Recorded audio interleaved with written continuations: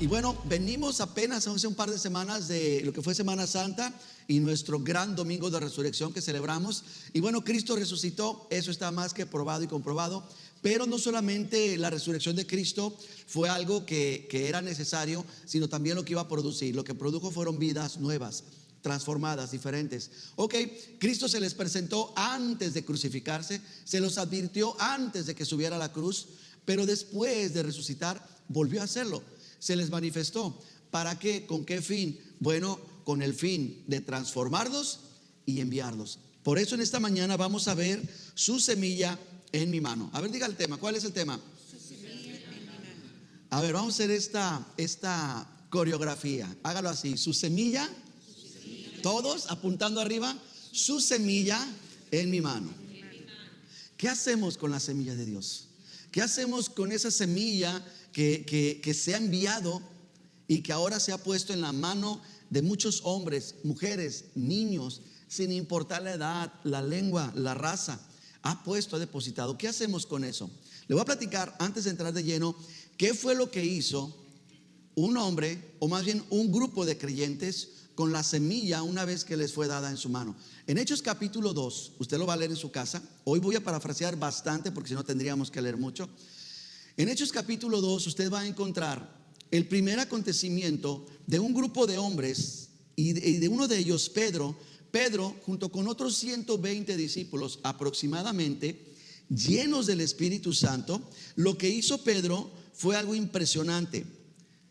Predicó de la muerte y la resurrección de Jesús. Es el primer mensaje que está puesto, que quedó en la Biblia después de los mensajes de Cristo. El primer mensaje fue el de Pedro, pero fue un mensaje que tiene varias claves, varias cosas importantes. Uno, una llenura del Espíritu. Dos, un conocimiento y entendimiento de la palabra. Y tres, sobre todo, este punto es que habló de la muerte y la resurrección de Cristo. Y para aquellos que anduvieron así medio nerviosos con el eclipse y toda la cosa, ¿verdad? Bueno, Pedro adjudicó una profecía que habla del eclipse.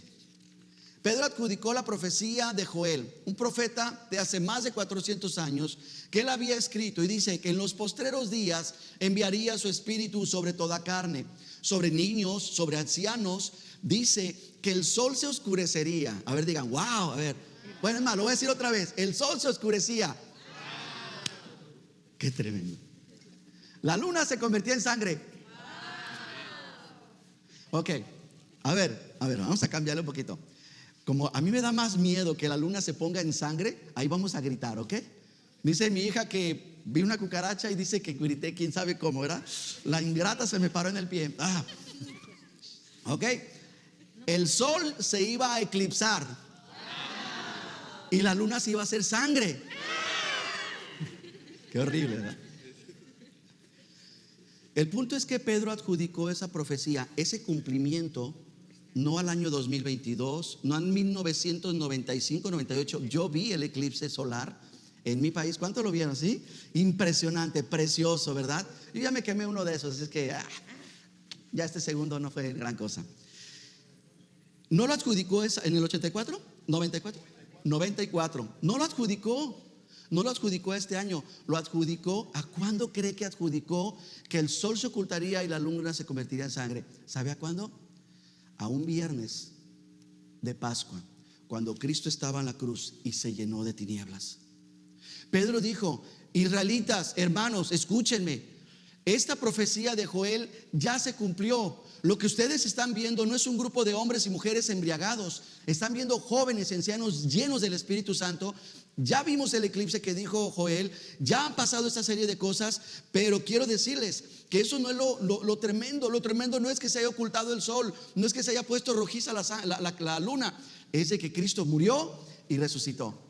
Ahora, lo que es interesante, mis hermanos, es de que también, fíjese, tomó de la Biblia para predicar. No les vino a predicar cosas positivas, cosas buenas. No le platicó su rollo, les platicó la Biblia.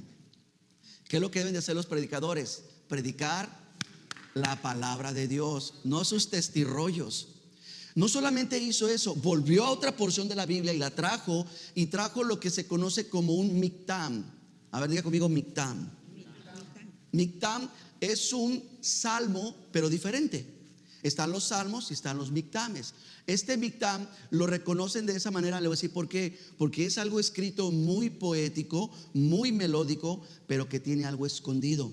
Entonces Pedro no solamente trajo la profecía de Joel, sino que fue a los momentos de David y dijo que David, y te lo voy a decir, Joel capítulo 2, por si usted quiere escribirlo y luego leerlo en su casa.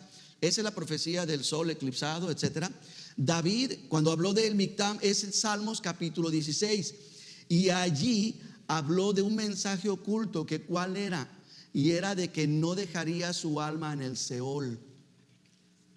Entonces Pedro fundamenta su mensaje con la palabra de Dios. Predicador que escuches, que sea tu favorito, te recomiendo una cosa: checa que esté fundamentando realmente sus mensajes en la palabra. Porque Pedro trajo al profeta Joel y los escritos, trajo a David y trajo ese escrito, hablando de que había una profecía, había algo oculto en esa canción. A veces nosotros cantamos canciones por cantarlas. No, cheque la letra, revísela, porque a veces tiene muy buen contenido. A veces es algo que está por venir, ¿verdad? Cuando yo ande en el valle de sombra, el Señor estará conmigo. Y luego vienen tus valles de sombras, pero el Señor está contigo. Bueno, no solamente hizo eso, sino que también se adjudicó el Salmo capítulo 110 de David también a la resurrección de Cristo. Él tomó 3 porciones de la escritura y se las dijo a ellos. Ahora, ¿usted recuerda cuántos personajes habían allí? Yo se lo dije. Según Hechos capítulo 1, ¿habían cuántos discípulos? 120. Según Hechos capítulo 1, entre ellos María, la madre de Jesús, Magdalena, etc. Ok. Si Hechos capítulo 1 es la antesala a Hechos capítulo 2, es decir, no hubo tanto tiempo que no lo hubo, porque Jesús se fue en el día 40 de la resurrección y la venida del Espíritu Santo fue en el día 50 de la resurrección, solamente 10 días. Entonces es muy probable que esos 120 continuaran congregándose, porque venía una fiesta muy importante. La fiesta de los primeros frutos, donde agarraban las gavillas, las cortaban, la mecían delante de Dios y daban y cantaban y usaban las gavillas, ¿verdad? Como ahora usan las banderas por algunas iglesias, para cantarle y para bendecir a Dios por el fruto. Entonces estaban en tiempo de fiesta. No me pierda el hilo, por favor.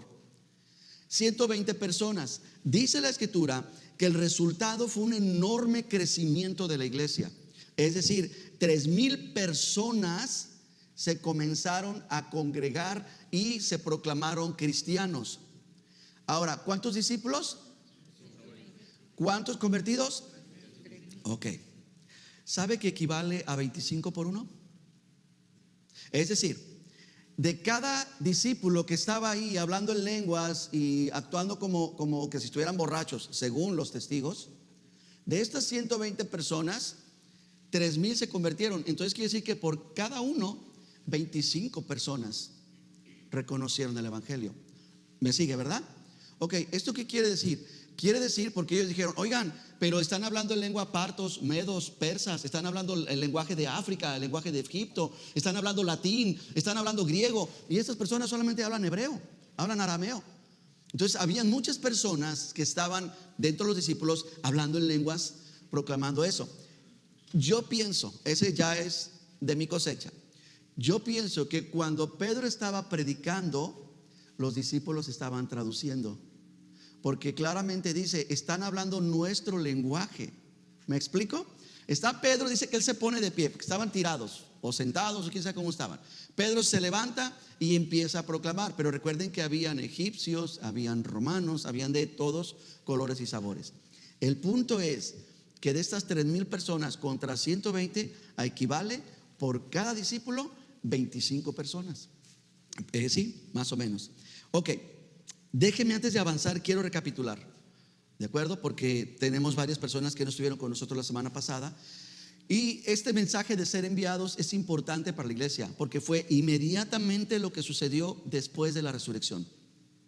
Ahora, antes de la resurrección hubo un enviamiento. Y dame Juan capítulo 3, 16. Lo leímos la semana pasada y yo quiero que lo lea conmigo. Porque de tal manera amó Dios al mundo, y quiero que observe la palabra mundo, que dio a su Hijo unigénito, para que todo aquel que cree en Él no se pierda, mas tenga vida eterna. El versículo 17 dice: porque no envió Dios a su Hijo al mundo a condenar al mundo, sino a salvar al mundo. Observa cuántas veces, gracias, aparece la palabra mundo. Aparecen muchas, 4. Entonces es algo muy importante para Dios. Ahora, Jesús, cuando resucitó, envió a sus discípulos: vayan, prediquen, anuncien el evangelio. Pero antes de la fundación del mundo, según Juan capítulo 17, antes de la fundación del mundo, el Padre envió al Hijo. Solamente para que tenga una idea, no es esto porque diga, ay, el pastor dijo. No, es nomás para darle una idea. Yo quiero que usted imagine al Padre, al Hijo y al Espíritu Santo organizándose cómo crear todo. Pero Dios, en el conocimiento eterno que tiene, Él ve y dice: oigan, muchachos, entiéndase, estoy parafraseando, esto que vamos a hacer puede llevar a aquel rumbo. ¿Qué hacemos? Y el Hijo dice: yo voy si tú me envías. Por eso hasta Apocalipsis dice la Escritura que cuando Juan, estando en el tercer cielo, empieza a mirar cosas impresionantes, empieza a ver unos seres que están adorando al Señor, y que pregunta: ¿quién va a abrir esos sellos? ¿Quién va a hacer este problema que se está viendo ahí? Entonces dice: mira, la raíz de David, el león de la tribu de Judá, es el que ha venido. Y cuando se lo presentan, no le presentaron un león, le presentaron un cordero. Y dice ahí la Escritura que es el Cordero de Dios que fue sacrificado desde antes de la creación del mundo. Sé que algunas de estas cosas son un poquito difíciles de digerir, no se preocupe. Si no lo alcanza, no pasa nada. Lo que necesitamos nosotros ver en este momento es que el Padre envió.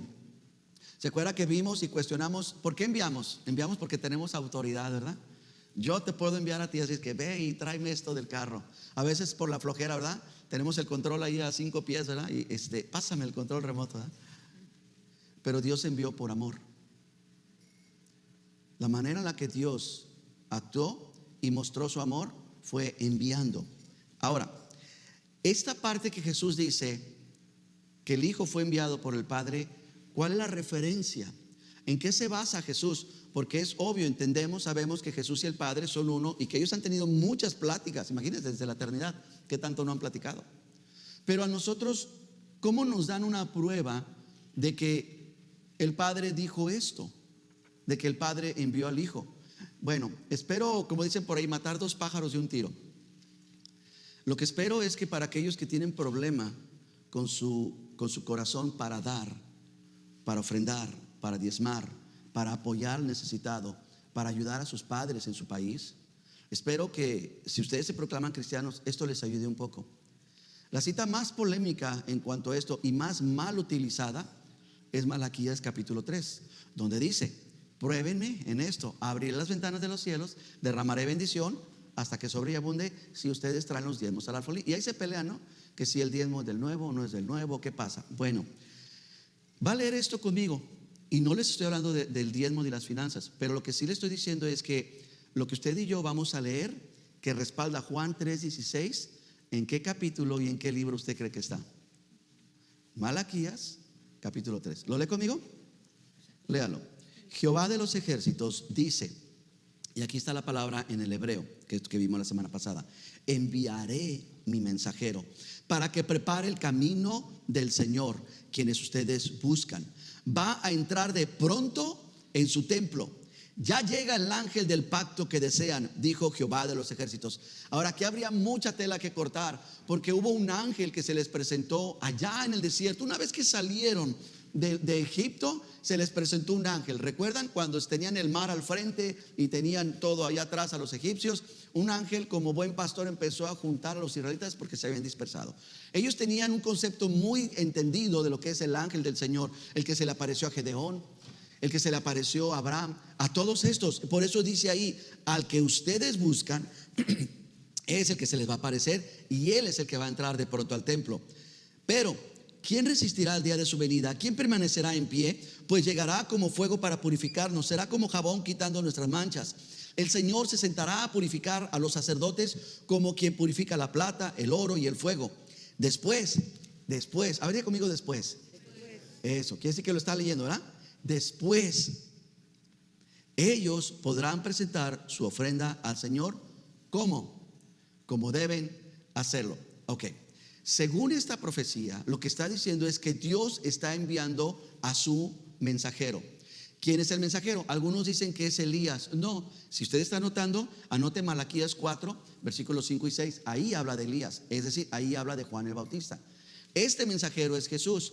Y si usted se fija, dice después de que él haya, 1, entrado en el templo, 2, purifique como jabón, quite las manchas, purifique a los sacerdotes y haya hecho esto en ellos, es después cuando ellos pueden presentar su ofrenda al Señor. No que la viene a abolir, sino a presentar su ofrenda al Señor. Ahora siga leyendo conmigo, como debe de hacerlo. El Señor se alegrará de la ofrenda de Judá y Jerusalén como se alegraba antes.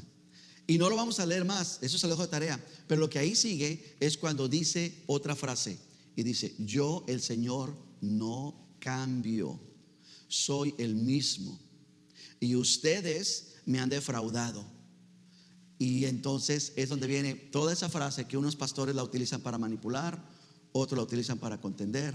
Y dice, ¿robará el hombre a Dios? Pero usted recuerde una cosa, iglesia, que antes no habían capítulos ni habían versículos. Toda esta profecía es una sola. Ahora, ¿cuándo se cumple esto? Lo acabamos de ver, pero yo dije, me voy a esperar un par de semanas. Esto que enviaría al templo, que a mi siervo y que entrará al templo, es en la entrada triunfal a Jerusalén. Allí se cumple la profecía de Malaquías capítulo 3. Ahí donde Jesús toma el látigo y a los tranzas del templo, a los que buscan comerciar con el evangelio, los golpea y los echa para afuera. Ahí es donde él reconoce la ofrenda de la viuda. Ahí es donde él rescata a la mujer que iba a ser apedreada. Ahí es donde él confronta a los sacerdotes. Dice que a partir de ese momento ni los escribas ni los fariseos pudieron decirle una palabra más a Jesús. Malaquías capítulo, se lo recomiendo mucho. ¿Lo va a leer? ¿Sí? En su casa. Lea, solamente es un capítulo 3. Léalo en su casa, detenido y tranquilo, y busque la referencia. Diga, ¿cuándo se cumple eso? Vaya y busque cuando Jesús entra al templo la última semana. Bien, ahora, esta palabra enviaré. Bueno, cuando, fíjese bien, aquí también hizo que me siga. Cuando hubo un tiempo en que querían quitar el lenguaje hebreo por los helenistas, por el gobierno griego, ellos querían borrar el lenguaje hebreo. Pero bueno, ahí sucede una serie de cosas en la historia que juntan a 70 personas porque se estaban perdiendo los escritos originales y muchos ya no podían leer el hebreo. Entonces mandan este grupo de personas hasta el norte de África, allí en Egipto, en una ciudad cercana a Egipto, y ahí juntan a estas personas y toman todos los escritos del Antiguo Testamento, incluyendo a Malaquías, y empiezan a traducirlos al griego. Había diferentes griegos y el griego que ellos utilizaron es el griego koiné. Griego koiné significa el griego simple, el más sencillo de hablar, el más coloquial. ¿De acuerdo? ¿Hasta aquí me siguen? Bueno, y cuando ellos tradujeron Malaquías capítulo 3, cuando Juan, en Juan capítulo 3, escribe las palabras de Jesús, utiliza esta palabra que vimos, pero que vamos a volver a ver el día de hoy. La palabra en el griego es apostelo. Esa es la palabra que se utiliza. Ellos tomaron dos palabras, la palabra stelo, que es hacia adelante o marchando hacia el frente, y la palabra apo, que significa lejos. Y de allí crearon ellos esta palabra, la palabra apostelo. Ahora, no fueron los eruditos que estaban escribiendo lo que conocemos como la Biblia, la Septuaginta. ¿Ok? Es una Biblia antigua que fue la primera que se tradujo de los escritos antiguos al griego. Les estoy diciendo un poquito de historia porque, ok, si yo les digo somos enviados, todos me dicen amén, pero ¿a dónde nos vamos? Unos somos enviados al mall, otros a la tienda, a todos lados, pero no sabemos ni qué onda, ¿verdad? Por eso es importante esto. La palabra apostelo, ellos la utilizaron, ¿por qué? Porque consideraron ellos que era una buena palabra para definir la función de la iglesia. Esta palabra no la utilizaban los hebreos. Ni siquiera la utilizó Jesús. Jesús hablaba en el arameo. Esta palabra apostelo la utilizaron ellos porque vieron que ya había una función que encajaba perfectamente con lo que la iglesia primera y esta iglesia tiene que hacer. ¿Cuál es? La palabra apostelo es un término romano. Es un término que utilizaba el Nerón o el César. Y este era el siguiente: juntar un grupo de personas expertas y leales. ¿Recuerdan lo que Pablo le dice a Timoteo? Busca hombres que sean expertos y leales, es decir, fieles e idóneos. El César hacía eso, buscaba hombres leales y expertos. ¿Expertos en qué? En economía, expertos en gastronomía romana, ¿ok? Buscaba un economista, un gastrónomo, un médico, un lingüista, un educador, y buscaba personas que iban a lograr un trabajo que nadie podía hacer. ¿Y sabe cuál era? Culturizar. Ahora diga conmigo esa palabra, culturizar. ¿Qué era culturizar? Era que una vez que Roma había invadido a una nación, venía con sus soldados, arrasaba con el ejército, con su forma de gobierno y contra los que se levantaran. Y una vez que habían ganado, tomaban el dominio. Entonces Nerón enviaba, el César enviaba a su grupo de apostelos, que ahora los conocemos como apóstoles, y él les llamaba apóstoles. Entonces los enviaba y uno tenía que enseñarle a toda la nación a hablar el lenguaje de Roma, a otro a comer lo que se come en Roma, a otro a adorar los dioses que se adoran en Roma. ¿Me explico? Entonces ellos, viendo que esta es la palabra que definía bastante bien lo que Jesús, en su intención de haber sido enviado y de ahora enviar, era lo que cumplía. Por eso es que ustedes van a leer en la Biblia que Jesús descendió de orar y llamó a los discípulos, a 12 de ellos, a los cuales nombró como apóstoles. Ustedes son mis apóstoles, pero espérense un poquito, porque el apóstol va después de que se conquistó la nación. Por eso es necesario que yo primero suba a la cruz. ¿Por qué? Porque aunque ustedes no lo entienden, pero yo se lo voy a explicar a Pablo unos años después. Y yo le voy a explicar a Pablo que yo, subiéndome a la cruz, exhibí a principados, potestades, gobernadores de tinieblas. Los exhibí públicamente, los derroté, porque triunfé con ellos en la cruz, que es la misma función que hacían los romanos. Ahora que yo voy a vencer, voy a morir, pero ahora voy a ir a las partes más bajas de la tierra y voy a proclamar también la victoria a los espíritus que fueron encarcelados. Todo eso ya lo vimos, ¿lo recuerda? Ya lo hemos visto. Bien, y ahora cuando Jesús resucita, por eso dice: ahora sí, señores, a trabajar. Ya vencí a los principados y potestades, acabo de derrotar a la muerte y al pecado. Ahora sí, vayan ustedes y hagan ¿qué? Hagan discípulos. ¿Qué es hacer un discípulo? Quiero que consigan a alguien y que esa persona ore como tú oras. Que esa persona adore al Dios que yo adoro, a mi Padre. ¿Estamos entendiendo? Ese es el trabajo.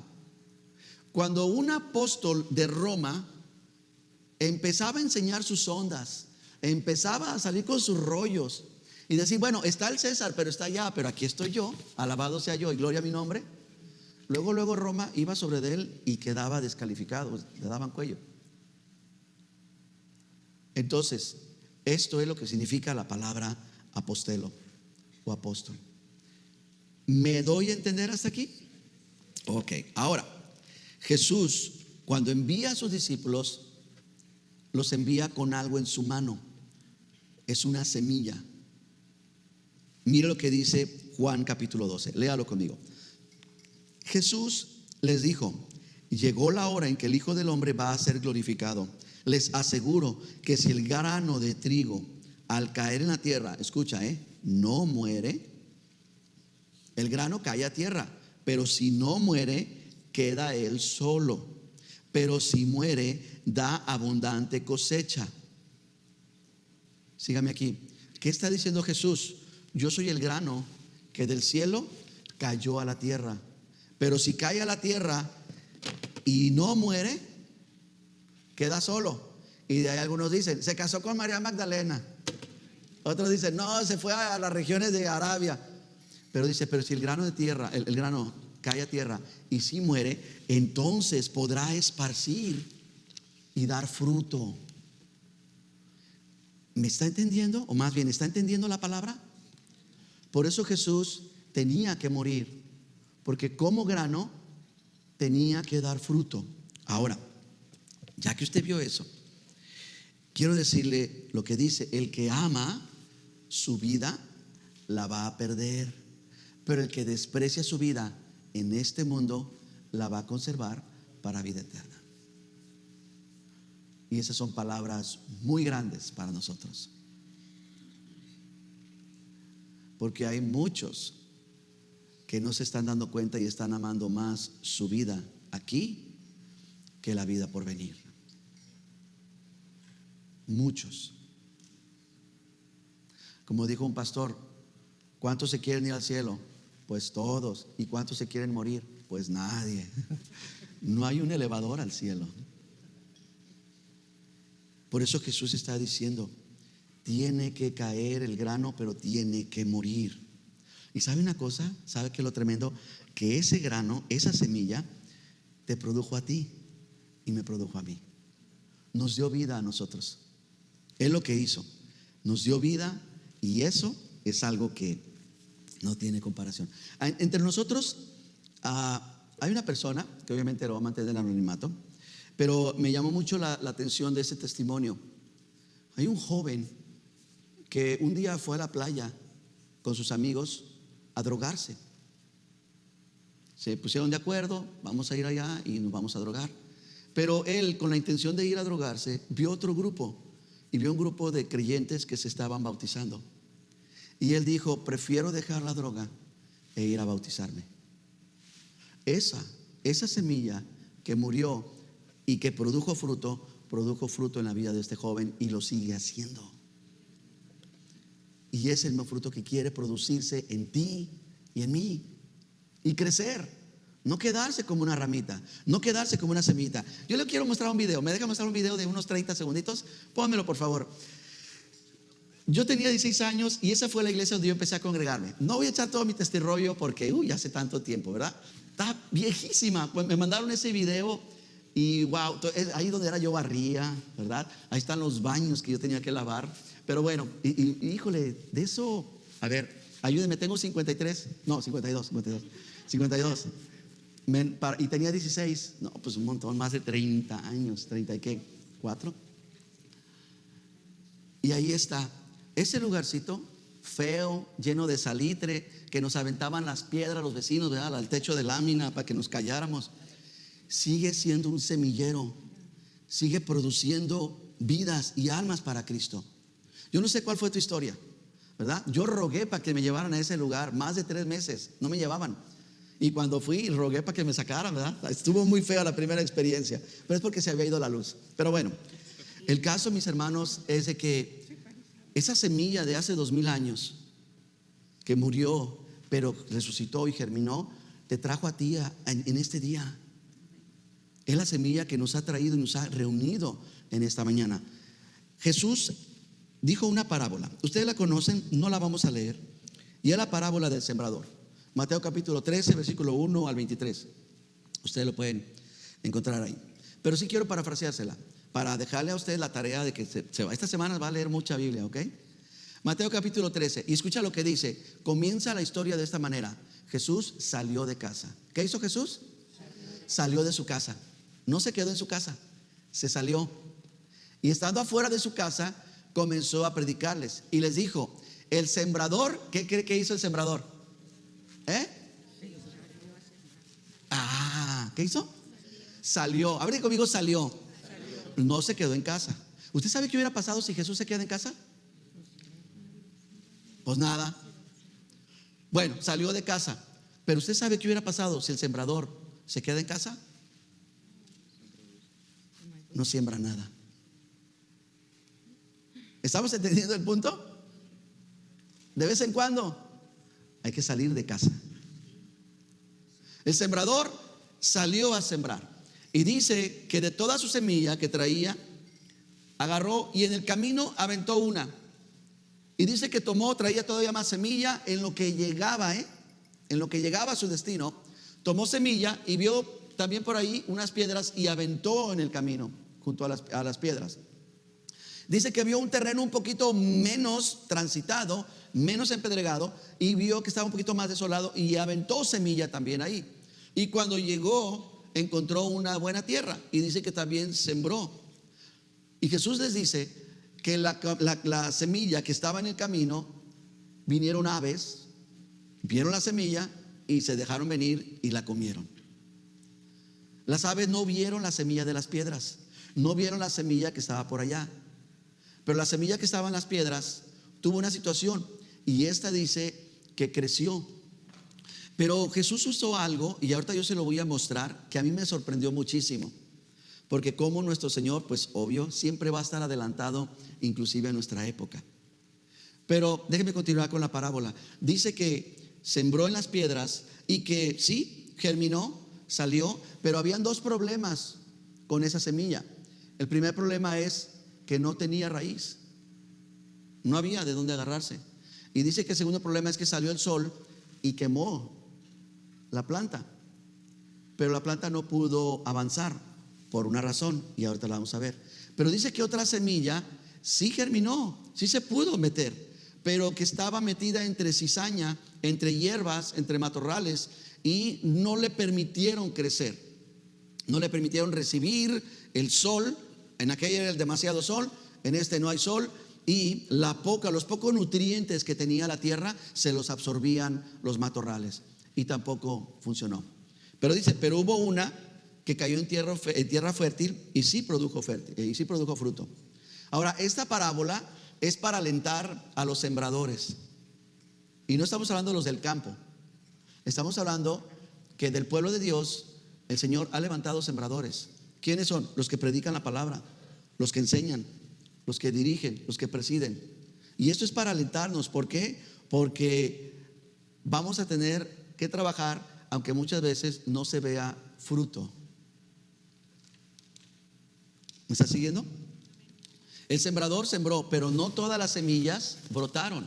Hubieron muchas que no funcionaron. Ahora, las que crecieron tenían diferente rendimiento, porque dice unas al 100, otras al 30, otras al 60. Ahora, termina la parábola y los discípulos le preguntan, y aquí es algo que usted tiene también que tener mucho cuidado. Los discípulos le preguntan, ¿por qué les hablas en parábolas? Y Jesús les dijo, porque a ellos, escucha, no les es dado saber los secretos del reino, y a ustedes sí. Ok, no le era dado conocer los secretos del reino, pero sí el reino. El evangelio es para todos. Por eso el sembrador aventó semilla en todos lados. Porque hay quienes dicen, no, pues como la salvación, el Señor ya tiene a sus escogidos, a los que se van a salvar, a sus predilectos, o ¿cómo le llamamos? Predestinados. No, la semilla es para todos. Los secretos del reino no les es dado a ellos, es dado a ustedes, pero la salvación del reino es dada para todos. Por eso leímos Juan 3:16, porque Dios amó a la creación y lo que hizo fue enviar al Hijo. ¿Me está siguiendo hasta aquí? No les dio los misterios, pero sí la oportunidad. Ahora, el mensaje del evangelio, lo que están haciendo muchas iglesias, y yo quiero que nosotros no lo hagamos, es reducirlo a una fórmula. Hay muchas iglesias que inventan métodos, y bueno, no juzgamos, cada quien, como dice, no, en su religión, ¿verdad? No juzgamos, no vamos a hacer nada de eso, pero el evangelio no consiste en fórmulas. ¿Y por qué no hacemos conciertos? Traemos al grupo fulano de tal, el auditorio está bueno, lo llenamos y traemos gente y los ponemos a danzar y brincar y cobramos. No, el evangelio no tiene fórmulas. Le voy a explicar un poquito de botánica. ¿Me deja? Tengo unos minutos. ¿Me deja explicarle? Vamos a aprender algo también esta mañana, ¿no? Vamos a crecer en esto. Lea conmigo Mateo 13:8. Dice, pero algunas semillas cayeron en suelo fértil y produjeron un cultivo que era de 30, 60 e inclusive 100 veces más de lo que se había plantado. Mis hermanos, la fe no es ninguna fórmula matemática. No podemos utilizar la fe bajo esa forma. A ver, vamos a hacer una cosa, tú tráete uno y tú otro, y consíguete un líder y un anfitrión y consíguete todo este rollo. No es así como funciona la fe. Mire la botánica, le voy a explicar un poquito. Dame esta imagen, quiero que vea conmigo esta imagen. Estos son los términos agrícolas modernos. Ahora, usted va a comparar con lo que Jesús dijo hace 2000 años. Los términos agrícolas modernos es semilla, germinación y la palabra plántula. ¿Había oído la palabra plántula anteriormente? No, ¿verdad? Lo oímos la palabra planta, pero no plántula. Ahorita lo vemos. Y dice que está también la planta adulta. La semilla es el grano, la germinación es cuando el grano muere, y la plántula sería el feto de la planta. Es el feto de un arbolito, es el feto de un maizal, el embrión. A eso se le llama plántula. ¿Ok? Ya aprendió algo, ¿verdad? Ok, ahora vamos a ver cómo es la germinación de la semilla. Vea conmigo esta imagen. Tenemos número 1, la semilla. Número 2, una cosita que le empieza a salir a la semilla se le llama radícula. No ridícula, radícula. De ahí viene otro término que es el hipocólito, que ya la raíz empezó a engrosarse y salió algo más. Después de ahí viene la cubierta de la semilla, que es desechada, pero también viene el término cotiledón, que es cuando ya la semilla sin la cáscara emergió y abre, dependiendo de la planta. Y ya después viene ahí el hipocólito, epicólito y todo ese rollo, que son las hojas, ¿verdad? En otras palabras. Bueno, usted tiene eso ya, más o menos la idea. Ahora, nuestros agricultores de este día, para que usted pueda comer muchísimo arroz en la comida china, o pueda comer frijoles en un restaurante mexicano, ellos tienen que hacer toda una ciencia.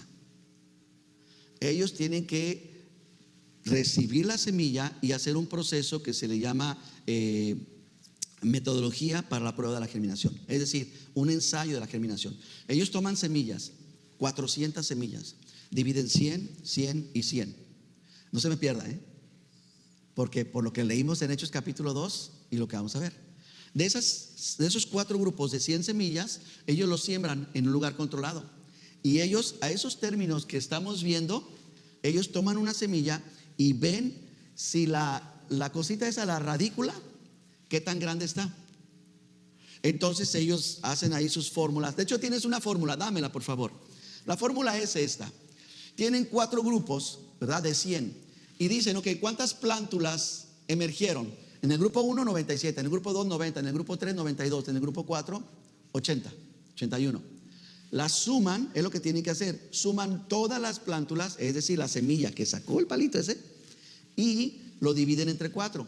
Y ellos, escucha, el hombre se da cuenta de que la semilla tiene un 90% de efectividad. Ahora sí, tienen costales y costales y costales, y ellos están seguros de que lo que van a sembrar les va a dar ¿cuánto? 90% de productividad. ¿Sí me estás viendo, verdad? Esto lo hubiera escuchado el abuelo de mi esposa. Se pusieron a sembrar calabazas, sandías. Eso me lo hubieran preguntado a mí, ¿verdad? No les salió ¿cuál 90%? Les salió 120%. No había ni qué hacer, se les pudrió ahí todo, ¿verdad? Es importante este proceso en lo natural, porque así va a alimentar a una población muy, muy grande. Todo eso lo tiene que hacer ellos. Bien, ahora si usted observa con detalle, usted va a ver que Jesús habló de estos términos. El sembrador salió a sembrar y una semilla no produjo nada porque se la comieron. La otra sí produjo raíz, produjo, ¿cómo se dice? Una plántula. No, dame la anterior, que luego les cambio los nombres. Una radícula. Produjeron radículas, pero los espinos le robaron las propiedades y ya no pudieron crecer. Dice, otras tuvieron la radícula, tuvieron el hipocólito y tuvieron todo eso, el cotiledón, por decirlo así, pero las espinas, los arbustos no le permitieron crecer y por lo tanto no dieron fruto. Pero dijo, los que sí dieron fruto son los que fueron sembrados en buena tierra. Le voy a predicar, le voy a platicar de otro mensaje ya para ir concluyendo. Hubo otro mensaje en Hechos capítulo 3. Este mensaje fue el segundo mensaje que Pedro dio. Usted lo puede leer en su casa. Y esto es porque lo que nos está diciendo esta mañana la palabra de Dios es que el mensaje del evangelio es para dar una respuesta, es para crear algo. Algo va a crear. Si tú te animas a predicar el evangelio, va a crear algo, va a provocar algo. Puede ser algo bueno o algo malo, pero lo va a provocar. ¿Recuerda cuántos eran en la primera predicación de Pedro? ¿Cuántos discípulos eran? 120. ¿Recuerda cuántos se convirtieron a Cristo? 3,000, ¿verdad? Hoy, en el capítulo 3 de Hechos, no son 120, es Pedro más uno, Juan. Son 2 personas. ¿De acuerdo? Van entrando, les tiende la mano el mendigo, dame de comer, no seas malo, eres cristiano, dame. Así me llaman, Uy, de todos lados. Oiga, usted es cristiano, usted es una iglesia, tienen que pagarme la renta. Yo, ay Dios, ¿cómo le hago? Dame. Y dice Pedro, no tengo para la renta, pero lo que sí tengo te lo doy. ¿Y qué tenía? Era un hombre lleno de ¿quién? Del Espíritu de Dios. Lo levanta, lo sana, entra brincando al templo, glorificando y alabando a Dios. Y esto produce un alboroto. 2 personas, ya no 120, en el lenguaje natural que hablaban, el arameo. Y empieza a predicarle. Y dice la escritura que ¿qué creen que hizo? Vuelve a traer la palabra. Adjudicó a Moisés y dijo que de él, Moisés había dicho, vendrá un profeta mayor que yo. Ustedes lo van a escuchar y si no, así les va a ir. También adjudicó a Abraham. ¿Recuerda la promesa que Dios le hizo a Abraham, que en ti serían benditas todas las naciones? Pues aquí está la promesa cumplida. Y habló de qué creen que habló su predicación, de Cristo. ¿Saben de qué? ¿Les ayudo? De su muerte y el mismo mensaje. Predicó lo mismo, mis hermanos. Y dice la escritura que 5,000 personas vinieron a Cristo. ¿Usted tiene idea de cuánto fue? Esto es 2,500 a 1. Ese fue el fruto. 2,500 a 1. Eran 2. Y vinieron 5,000 personas a Cristo. ¿Por qué se da ese crecimiento tan enorme? ¿Por qué? ¿Por qué sucede eso? Porque 120 personas lograron un crecimiento de 3,000, que equivale a 25 personas por 1. ¿Recuerda la fórmula que hacen los agrícolas? Jesús habló de esa fórmula. Por eso él dijo, produjo fruto al 30, al 60 y al 100 por 1. Y cuando les dijo, a ellos no les es dado conocer los misterios del reino, era entender qué es lo que representaba la parábola. Y la parábola no habla de semillas, no habla de maíz o de frijoles, de elotes, no habla de eso. Habla de vidas, habla de almas, habla de personas. Y está diciendo que el sembrador quiso traer, póngame atención acá, síganme acá. El sembrador quiso traer semilla al camino, porque el sembrador veía que el camino son vidas, son almas que escuchan el evangelio, pero que se distraen, que no entienden, que no tienen la mente abierta, que no vienen con un espíritu enseñable, que no vienen con una actitud de decir, ok, he leído la Biblia 3 veces, 4 veces, tengo 50 años de cristiano, pero Dios puede seguirme hablando, Dios puede seguirme mostrando su palabra. Son vidas que rechazan el evangelio, que dicen, no te creo. Son vidas que les es robada. Por eso mi oración los lunes, si tú eres de los que te vienes ahora conmigo ahí, aunque sea en internet, tú sabes que nuestra oración ha sido cada lunes ¿cuál? Que Dios guarde la semilla que depositó en ustedes, que les dé celo, que les dé el coraje para guardar esa semilla, que no les sea robada. Jesús les dijo, a ellos no les es dado, pero a ustedes sí. Y les dijo, la semilla que cayó entre piedras es la semilla, son las vidas que escuchan la palabra, vinieron a escuchar la palabra y están contentos. Usted no tiene idea de cuántas vidas vienen y me dicen, pastor, gracias por esa palabra, me transformó, me cambió, me hizo, me deshizo. Y el siguiente domingo, ¿qué cree? Se perdió. ¿Dónde está? Espero que no esté entre las piedras, ¿eh? Pero dice que hay un problema con este tipo de vidas. Son vidas que sí les da algo de luz y crecen. Dame el gráfico porque yo lo voy a ocupar. Crece la radícula. Son vidas que sí, dicen, aquí estoy, y van un poquito para arriba. Pero hay un problema, mis hermanos. Ese es el problema.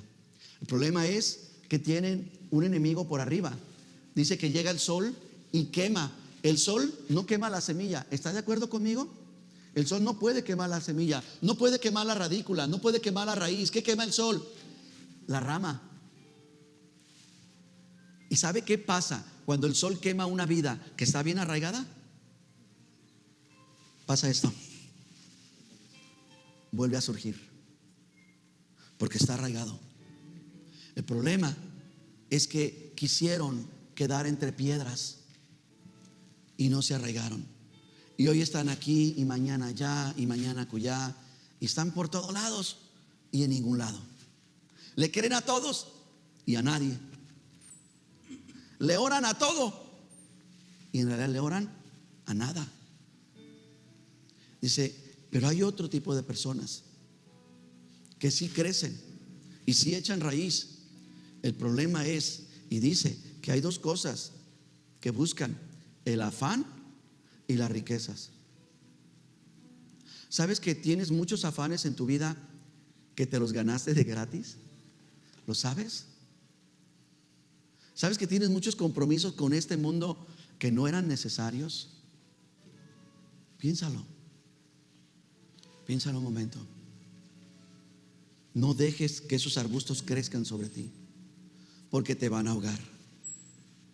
Pero lo que me interesa es este cuarto grupo, el que oye la palabra. ¿Recuerda cómo se hace el experimento? 4 grupos. Y Jesús, curiosamente, ¿verdad? ¿Ya notó de cuántos grupos habló Jesús?